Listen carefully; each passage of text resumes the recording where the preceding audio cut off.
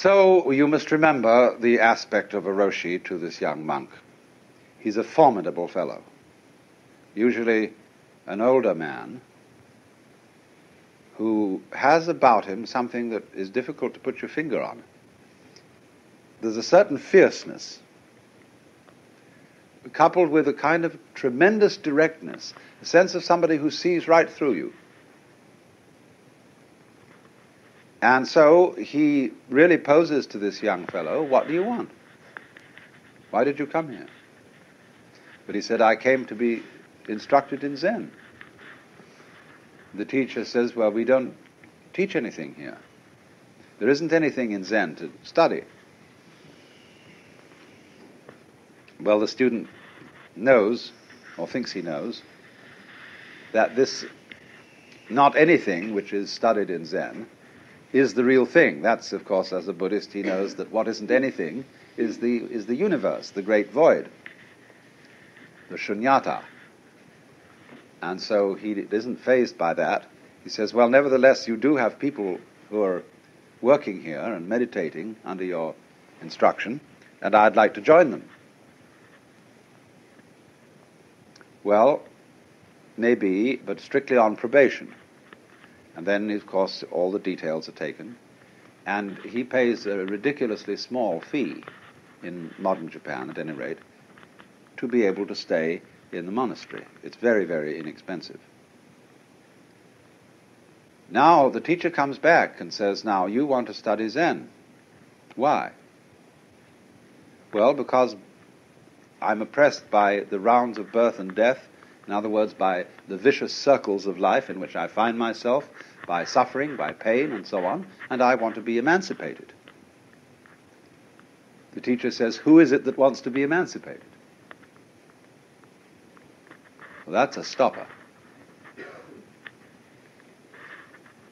There was a good old story about one of these preliminary interviews. The master asks, first of all, very casual questions. "Where's your hometown? What's your name? What did your father do? And where did you go to college? Why is my hand so much like the Buddha's hand?" And suddenly, in midstream of an ordinary conversation, clunk, the student is blocked. And so there is devised the koan, K-O-A-N in Chinese, kung-an. And this means, literally, the word koan means a case, in exactly the same sense as we talk about a case in law which functions as a precedent for future cases. Koan should be translated case. The koans are based on stories, mondo, of the conversations between the old masters and their students. But you can make a koan immediately by such a question: "Why is my hand so much like the Buddha's hand?" Or, "Who are you that asked this question?" If the student tries to verbalize on that and say, "Well, I am so-and-so," he asks, "Who knows that you're so-and-so? How do you know that you know? Who knows that you know? Find out." In other words, the basic koan is always, "Who are you? Who is it that wants to escape from birth and death?" And I won't take words for an answer. I want to see you.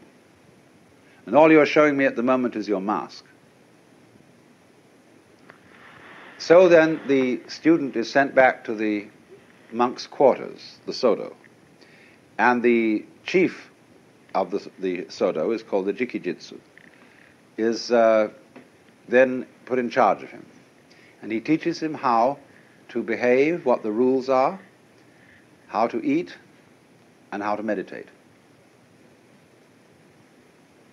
In the Zen sect, they sit on padded cushion about the thickness of the San Francisco telephone directory, which is an admirable substitute.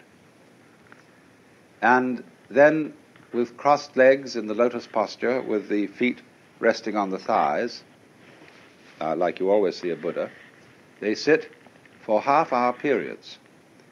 That's supposed to be the length of time it takes for a stick of incense to burn. And then when wooden clappers are knocked together, they all get up and they walk round and round the room quite fast at a kind of bum, bum, bum, bum, bum, bum, bum, bum, bum, bum pace. And this keeps you awake. Then at a given signal, they go back and meditate again. And constantly there is a monk, one on each side, carries a long, flat stick shaped almost like this fan, in the sense that it's thin at one end and rounded at the other. And if this guy sees a monk who is slouching or sleeping or goofing off in some way, he very respectfully bows before him, and the monk rests his head on his knees, and this fellow takes the stick and hits him vigorously on the shoulders, here, like this. Now, most apologists for Zen say, this is not punishment, it's simply to keep you awake. Don't you believe it? I've investigated this, and it's the same as the sort of British boys' school, only it doesn't have the erotic qualities that the British floggings do. Zen people are cool about it, but it is a kind of a fierce thing. Anyway, the point of the meditation, the Zazen, is that perhaps at the beginning one does nothing more than count your breathing. So many breaths, counting in tens. Just to allow your thoughts to become still. Zen people do not close their eyes when they meditate, nor do they close their ears. They keep their eyes on the floor in front of them, and they don't try to force away any sounds that are going on, or any smell, or any sensation whatever. Only they don't think about it. And this can become an extraordinarily pleasant occupation. All the little sounds of distant traffic, of birds, of somebody carpentering somewhere and a hammer going, dog barking, or especially rain on the roof. Gorgeous. They don't block that out.